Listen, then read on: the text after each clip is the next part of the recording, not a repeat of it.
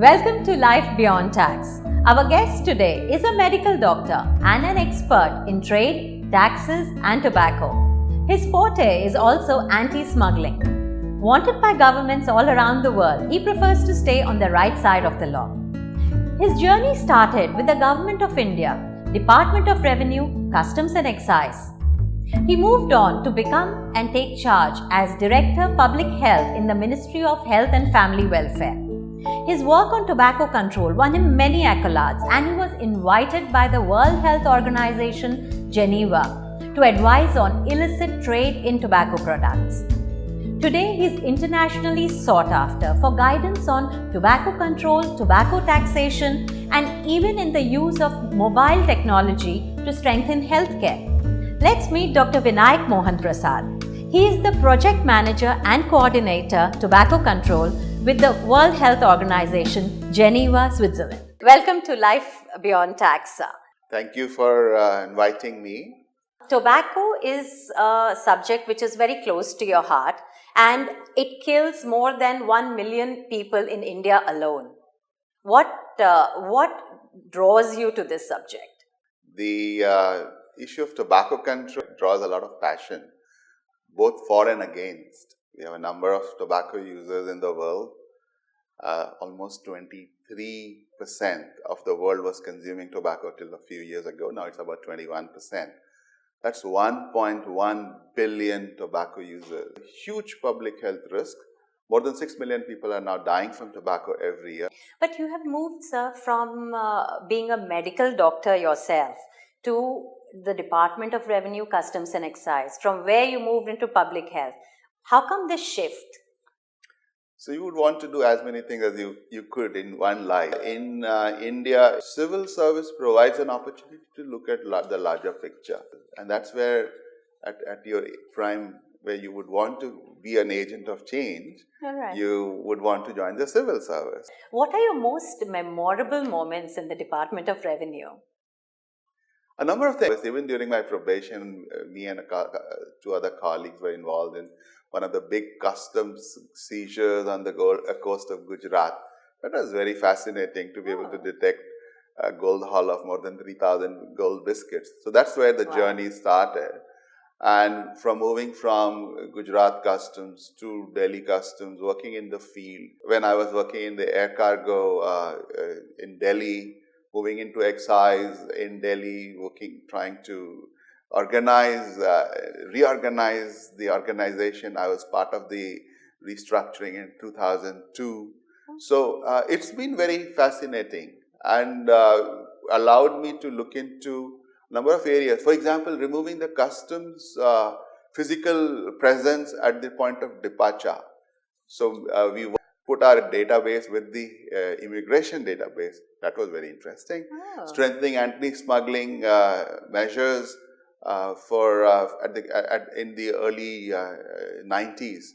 A lot of work which we were doing at that point of time. Okay, so this is the experience which gives you the edge in illicit smuggling.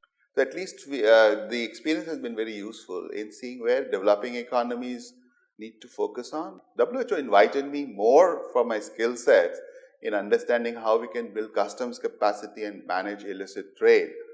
And so it's quite interesting that the first treaty on in the area of health is called Framework Convention on Tobacco Control. This has been ratified by 180 countries, including India. Came into force in 2005. The first protocol, the daughter treaty negotiated by the countries under this FCTC is the illicit trade protocol.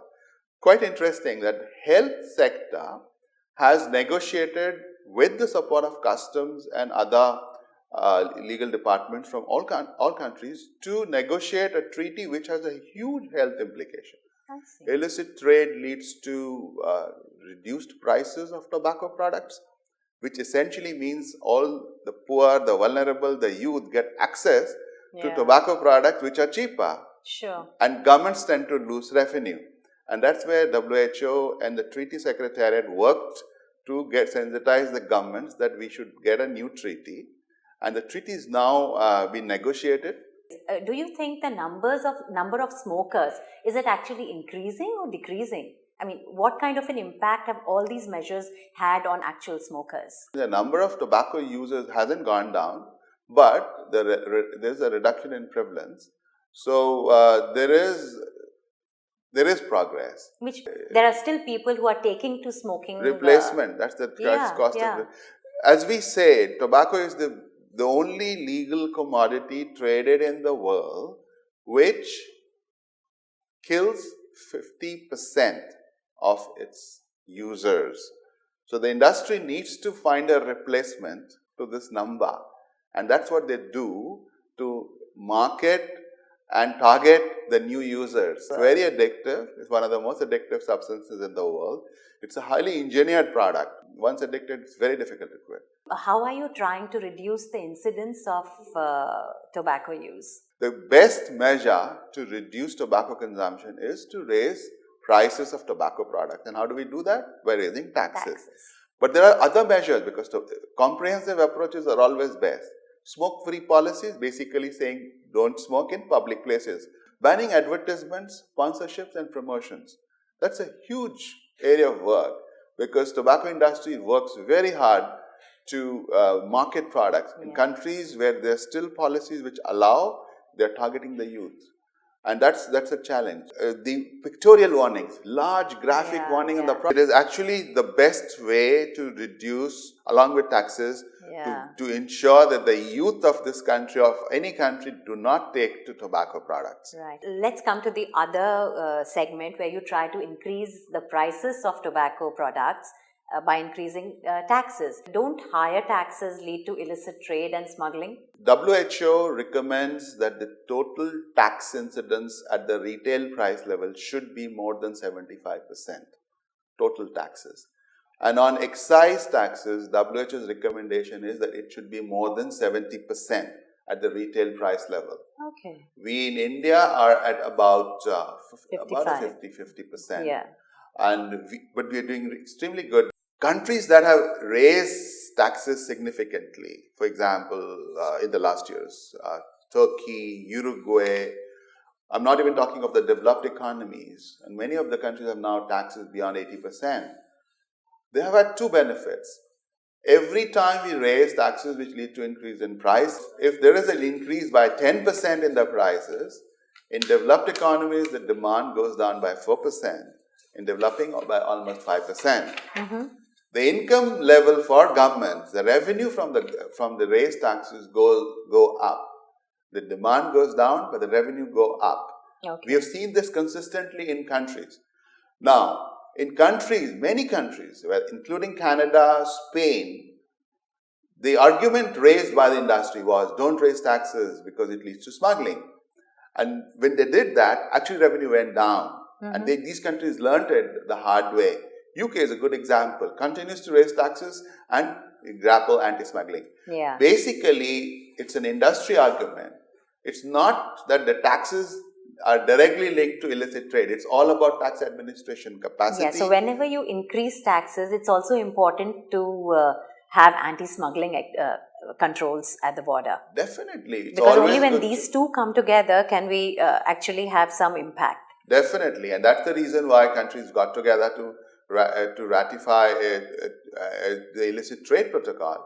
And that's where the countries agreed that there's a need for cross-border cooperation and multi-sectoral arrangements. But let me emphasize, there is no direct correlation between tobacco taxes and illicit trade. We have seen that in more than 50 countries. Industry makes that argument, always hyperinflates figures, but the range of illicit trade always is between 8 to 10%, okay. Not as claimed by the industry. India has a tiered tax excise duty structure for cigarettes, now which is also linked to the length of the cigarette. Correct. So do you think this could lead to tax evasion because it would allow the tobacco manufacturer to tweak his product a little, reduce the length and come into the lower tax bracket? So we suspect this is happening. It's not only that India has a tiered structure, Philippines had a tiered structure, they started to reduce the number of tiers over a period of time. Indonesia, the number of tiers, Bangladesh, the number of tiers. Many of them have started to reduce the number of tiers. The WHO has been working with a number of countries, including with the government of India, to actually model and demonstrate that how the industry profit margins are much beyond the normal Yes. industrial practices, and by tweaking the tax system and tax structure, it's possible to get more revenues. Right. And at the same time achieve a particular health benefit. Sure. Do you think the levy of a flat rate of tax would be better as far as revenue generation goes? Many countries have adopted either uniform specific excise taxes. There is also experience which we have seen that a mixed system which has ad valorem component helps achieve even better revenue gains and the public health objectives. So both these options are recommended: specific uniform excise tax or uniform excise with an element of ad valorem, and they work very well. The FCV, the varieties of tobacco growing, if that support goes away, the farmers are going to move away. So the farmer's livelihood never under threat, and it's a bogey created by the tobacco industry and the industry led front groups who market that argument.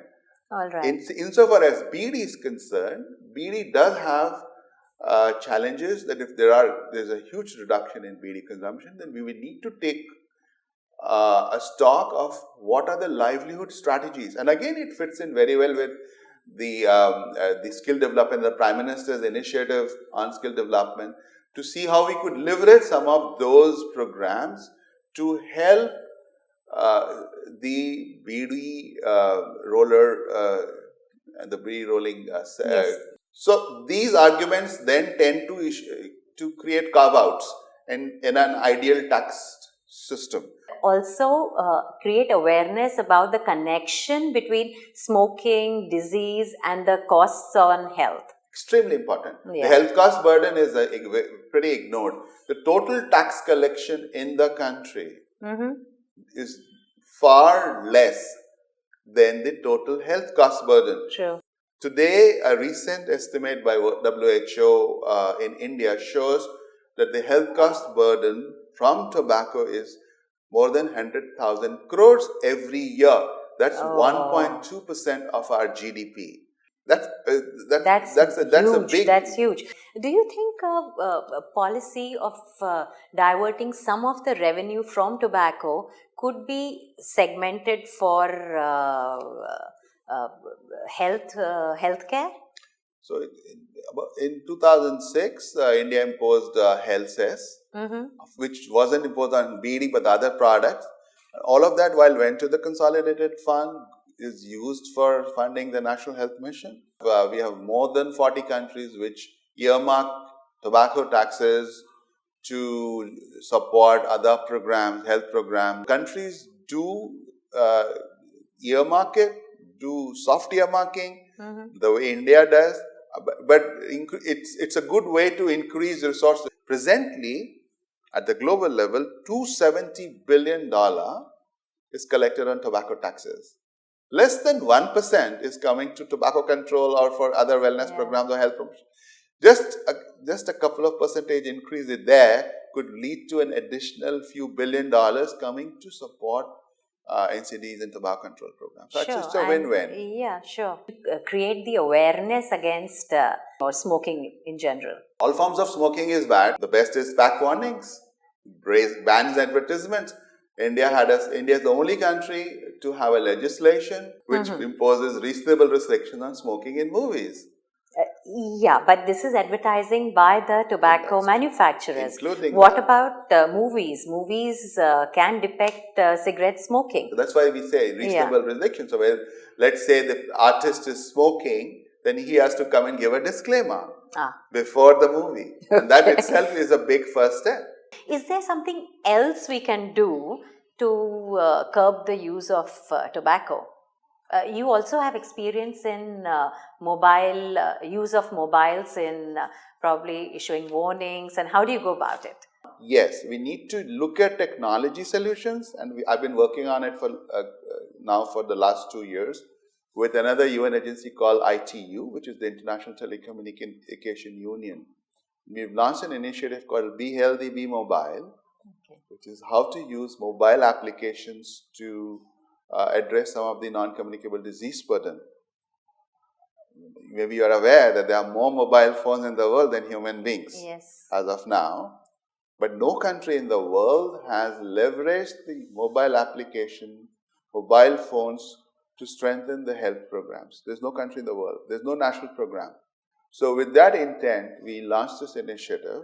I went to Africa. I work very closely with a number of African countries and supporting them on tobacco programs. So I went to Africa and Uganda, into remote areas. There's no electricity, but people have phones.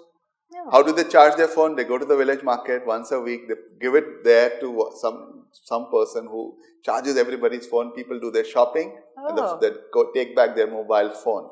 It's the same story in many parts of India as well, where people in remote areas have phones but may not have toilets. So how do we leverage this? How do we provide them information on services? India has decided to launch the mobile health program, national level, and the formal launch is expected to take place very soon, in the next couple of months, which is basically a mobile cessation application. How to help those who consume tobacco to be informed, sensitized, and motivated to quit. Global successes in a number of projects is that about 10% tobacco users who take this program will be able to quit tobacco. Well, that's a good number.